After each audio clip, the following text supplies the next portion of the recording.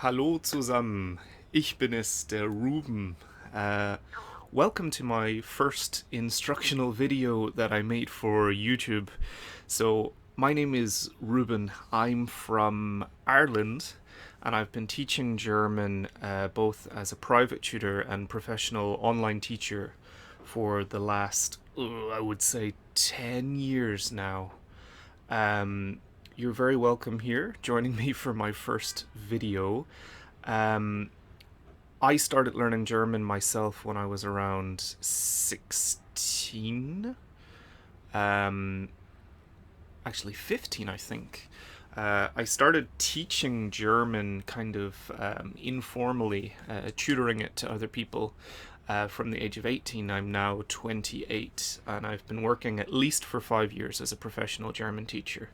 In the beginning, I wasn't even sure if I should teach German because it's not my native language.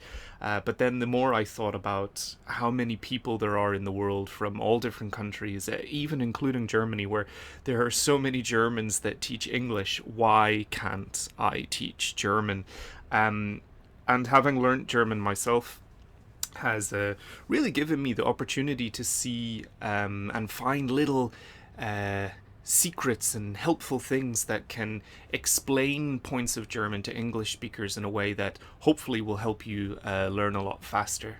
I find these little tips quite useful, so yeah, I plan to keep going with these videos. So hopefully I'll be able to share some secrets with you that will help you on your way to perfecting your German. So today what I want to do is to talk a little bit about conjugation in German. So let's begin. Conjugation. We'll be talking about the present tense conjugation in German today. So, in very simple terms, conjugation is changing the infinitive of a verb to match the subject of a sentence that you want to make. So, when I talk about verbs, I'm talking about the doing words or the action words that we have in a language, like swim, jump, eat, describe, eliminate. Any of these are verbs. When I talk about infinitives, I'm talking about the full form of the verb. So in English, the to form of the verb is the infinitive. To swim, to run. So this is the form that hasn't been changed yet. And conjugation is the process of changing that to match a subject. So before we even look at German, I think it's quite helpful to look at certain aspects of German in English, because German and English are both Germanic languages, and that means that we share an awful lot of things between the two languages. I often find that, especially for native English speakers, it helps if we're able to look at the same thing in English first before we look at it in German. Now, unfortunately, English is incredibly boring when it comes to conjugation. Because, as you're about to see. So let's get our infinitive. Our infinitive is to play. We're going to take this one as an example. To find the stem of a verb. Let me change my marker here so I can mark this down. Play. Play is our stem. This is the bit that we use to add other letters to. So to get from the infinitive to the stem, from the full form of the verb just to the stem, we take away the to in English. Just take away the to, and we end up with the stem. So for I, we wouldn't add anything, just I play.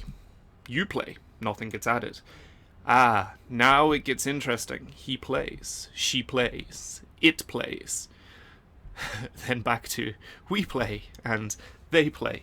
So English is really, really boring, right? We only have three pronouns, he, she, and it, where the stem changes, where the stem takes the letter S, and they all take the same change. So it's extremely boring.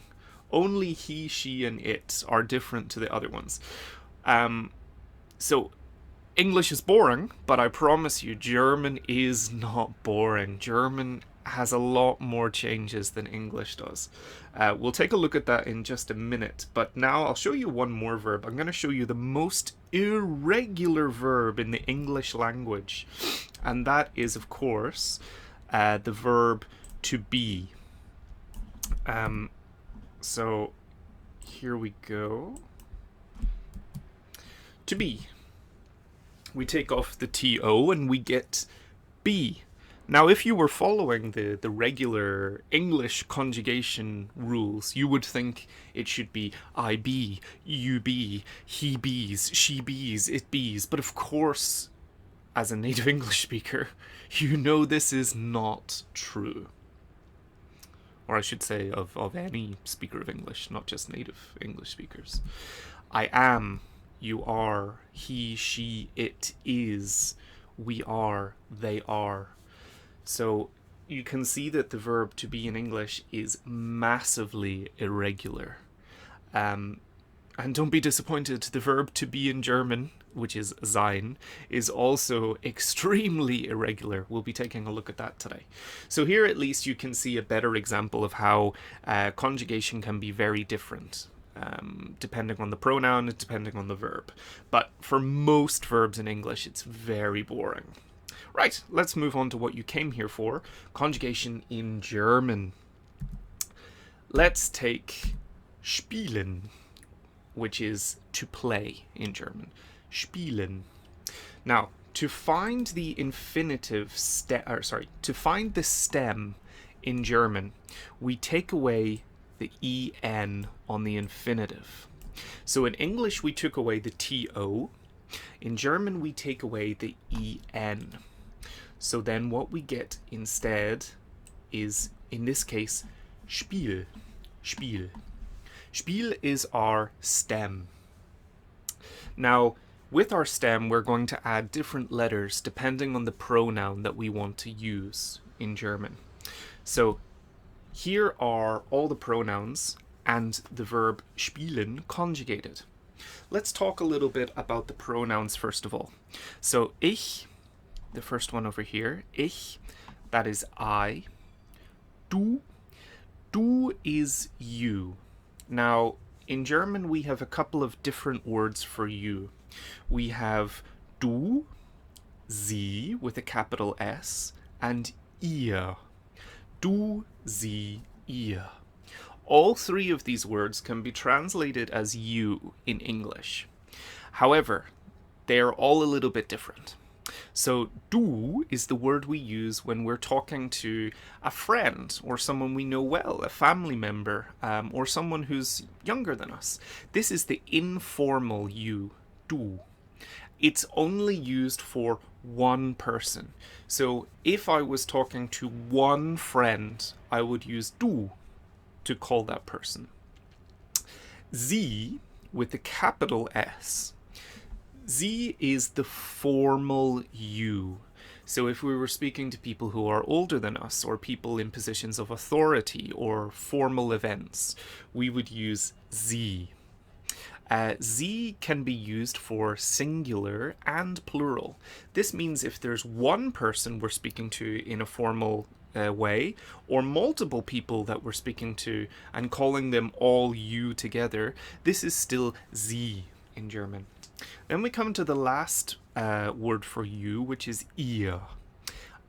Ihr is also an informal you, so it's a bit like du. But the difference between du and ihr is that du is only used for one person and ihr is used for a group of people.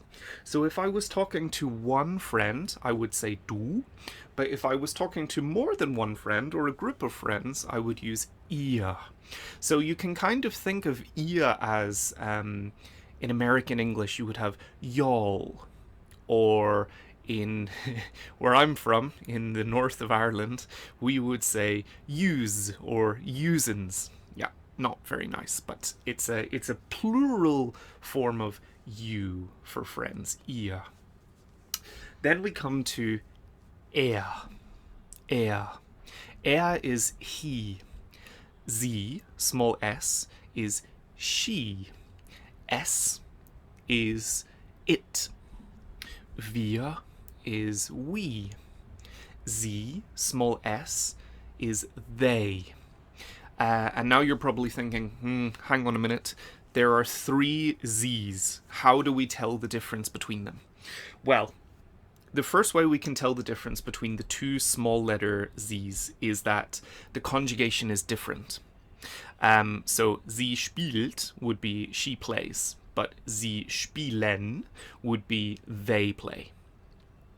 The difference between they and formal you is something that you would eventually be able to tell from context, especially if you're reading, because if you're reading, formal you is always written with a capital letter no matter where it is in the sentence, whereas they is written with a small letter, unless it comes as the first word in a sentence. So usually by context, you can easily work out if someone's referring to they or formal you. Where do we stop? Yes, actually that's all of them. So ich, du, er, sie, es, wir, sie und ihr. So for ich, what we do is we add a letter E to the stem, and what we get is ich spiele, spiele. Notice you hear the E, spiele. In English, we don't pronounce E's when they're on the end of a word, but in German, you should pronounce all the letters in the word. Ich spiele. Du, we add st. Du spielst. Du spielst. Er, sie, and es all take a T. Er spielt. Sie spielt. Es spielt. Wir spielen. Sie spielen. Sie spielen. Ihr spielt. So you'll notice for these other ones, wir, sie, and sie take an en. Spielen, which just happens to be the same as the infinitive, as the full form of the verb. However, personally, I think it's better not to think of this as, oh, you just use the infinitive for wir, sie, und sie. Personally, I still like to think of it as you take the stem and you add en. I think this is a better way of thinking about it, and it can be quite useful later in your German speaking learning path that you think of it in this way. And finally, then we have ihr, the informal you. It takes a T, like er, sie, und es. I would say that you can group together er, sie, and es, but I wouldn't group ihr in with those 3. Keep ihr separate, even though it also ends in a T. Trust me on this one. It will be much easier later when you come to do other things in German. So in German, the simple present, like ich spiele, is translated into English as either I play or I am playing. And this is because German doesn't have this form of continuous tense that English has. So remember, when you're translating the present simple in German, it can be translated as both the simple present in English or the present continuous, I play or I am playing. So these are the endings then that we get for each of them. I've just noticed that ich has a capital letter here. Normally, ich doesn't have a capital letter. Ich only has a capital letter if it comes at the start of a sentence. Unlike English, where I is always capitalized, in German, ich is not. In fact, the only pronoun that's always capitalized, no matter where it is in the sentence, is sie, the formal you. So these are the endings. We have I for ich, st for du, er, sie, und es, which you can group together, all take a T. Wir, sie, and sie all take en, and then finally ihr takes a T. So why don't you try it yourself now? Try it with the verb here, machen, machen. Machen means to make or to do in English. So try it now, pause the video and take the verb machen and make it fit ich, du, er, sie, es, wir, sie, und ihr. Pause the video and try that now. So, I'm going to continue and assume that you paused the video and did the conjugation. Let's take a look at the answer, shall we? If my laptop would behave itself. Yes, there we go. Ich mache, du machst, er macht, sie macht, es macht, wir machen, sie machen, sie machen, ihr macht. So, perfectly regular. All the endings we talked about before. E, st, t, t, t, en, en, en, and t. So this is a nice regular verb. Why don't we take a look at a horribly irregular verb? So if you cast your minds back to what we looked at in English, to be, I am, you are, he, she, it is, what a mess. Well, unfortunately, the German verb to be, sein, is also an absolute mess in the present. Let's take a look at it. Ich bin, du bist, er, sie, es ist. Wir sind, sie sind, ihr seid. Yeah, so take a look at that. I hate that I'm about to say this, but this is one of those things that you just have to learn how it is. Unfortunately, there's no rule for conjugating sein in German. You just have to remember each of these as they are. So I would recommend that you practice them, practice using them in short little sentences, practice maybe writing them out, repeating them, trying to write them out from memory.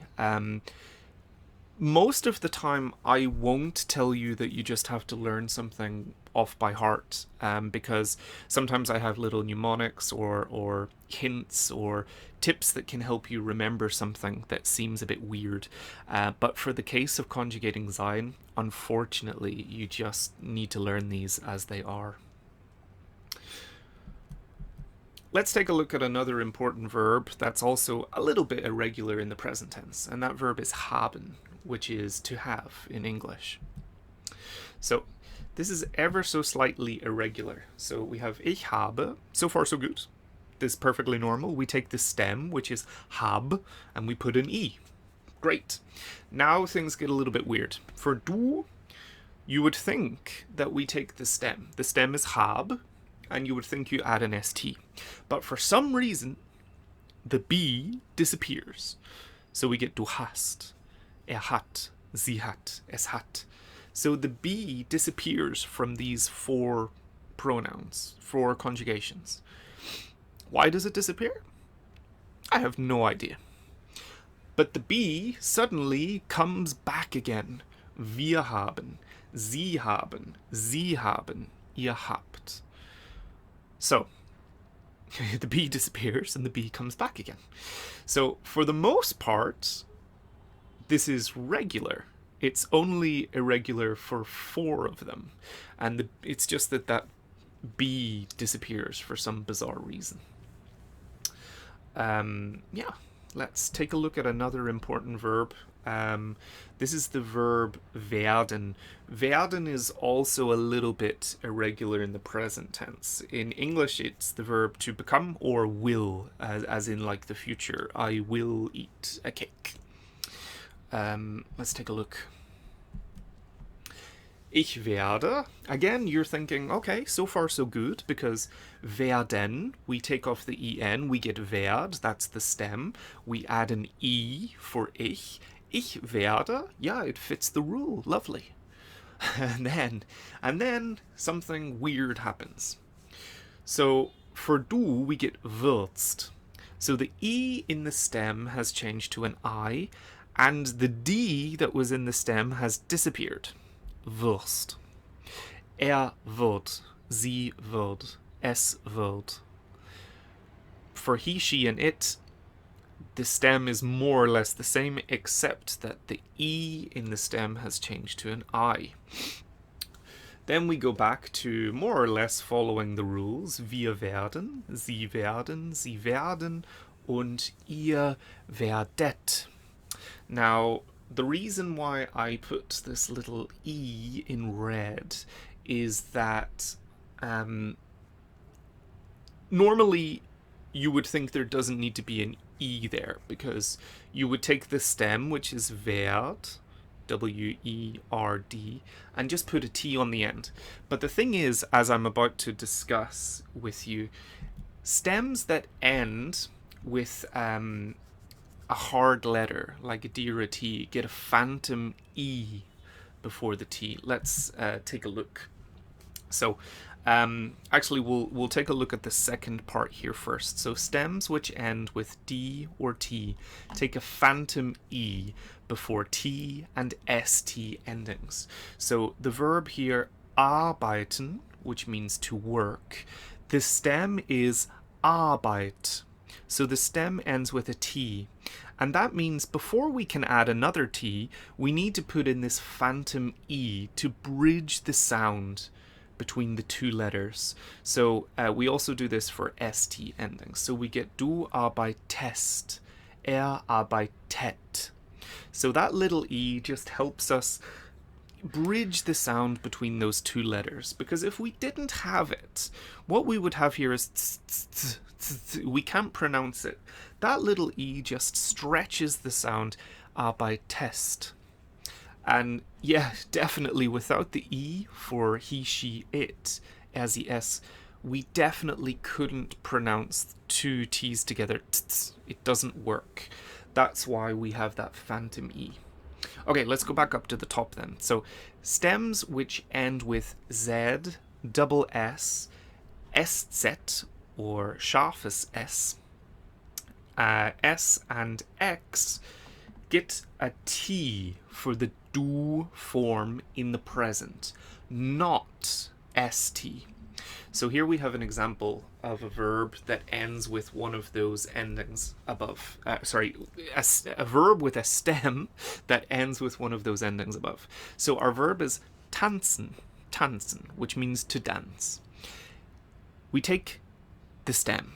The stem is tanz. So tanz ends with a Z. We're conjugating it for du. So instead of adding ST, we only add a T. And this is because, again, it would be very difficult to pronounce ZST. So we leave out the S and we just put a T instead. Du tanzt. Then we come to the final part, which I now realize I shouldn't have done this out of order because this bit is going to sound a bit strange. So consonants, stems that end with a consonant plus N also get the phantom E that we were talking about for the second point. So this means I'm going to have to change back to our pen so I can just show you what I'm talking about. So our stem is rechnen. Rechnen. The full verb rechnen means to calculate. So the stem, we take off the EN, and the stem ends with an N, and before the N, there's a consonant. This means we also need the phantom E for du and RZS. Again, it just helps to bridge the sound. It would be very difficult to pronounce this conjugation without that phantom E. Du rechnest. Rechnet. It just helps us bridge the sound between those two letters. I should also mention that, yeah, I don't want to make this too complicated, but there are some cases where a stem ends with an N, but if the consonant before the N is an R, then we don't do this. So for example, lernen, to learn in German, is du lernst. There's no extra E in there. So when I say consonant plus N, I'm talking about more or less every other consonant except for R. I'm aware that sounds quite complicated. So Yeah, just stick to this rule. Consonant plus N at the end of the stem, you need that phantom E again. Actually, feel free to take a screenshot of this or write down your own notes for these, because they're quite important. We're going to talk about just one more type of verb before we finish the video, and that is verbs that end with ELN instead of EN. So an example of that would be the verb to sail in German, which is segeln, segeln. So most German verbs end with just en, and to get the stem, we take away the en. But these verbs don't end with en, they end with eln. So what happens? How do we get the stem? Well, we just take off the n. We just take off the n. Let's do that. Take this away. And we get left with Segel. Unfortunately, there's more to it than that. So when we go to then conjugate Segeln, these verbs that end in ELN, we take off the N, but for some of the conjugations, the E in the middle is also going to disappear. Let me show you where that happens. Let's get rid of these first. So yeah, you can see here straight away that for ich, we have lost the E that was in between the G and the L. So now we have ich segle, ich segle. For the rest of them, the E is still there in between the G and the L. Du segelst, segelt, sie segelt, es segelt. So far so good. You take the N off, you have the stem segel, you put on your normal endings. However, when it comes to wir, sie und sie, we don't add en, instead we just add n. Wir segeln, sie segeln, sie segeln. And for ihr, we just add our T onto the end of the stem as normal. Ihr segelt. Yeah? So. Let's continue. This is the end of the video for today, so I intend to make some more videos like this for different parts of German grammar. I myself am a big grammar freak, and when I learn languages, learning grammar is my favorite part of learning any language. It's my favorite part of language learning. I'm aware that might make me one of the few people out there that are, in this weird club. But yeah, I intend to mostly focus on grammar instructional videos. And for as long as I have motivation to make them, I will continue making them. Please do feel free to like the video and subscribe to my channel in case you would like to hear more from me. And for now, I'll say Tschüss, ciao und bis zum nächsten Mal. See you then. Bye-bye.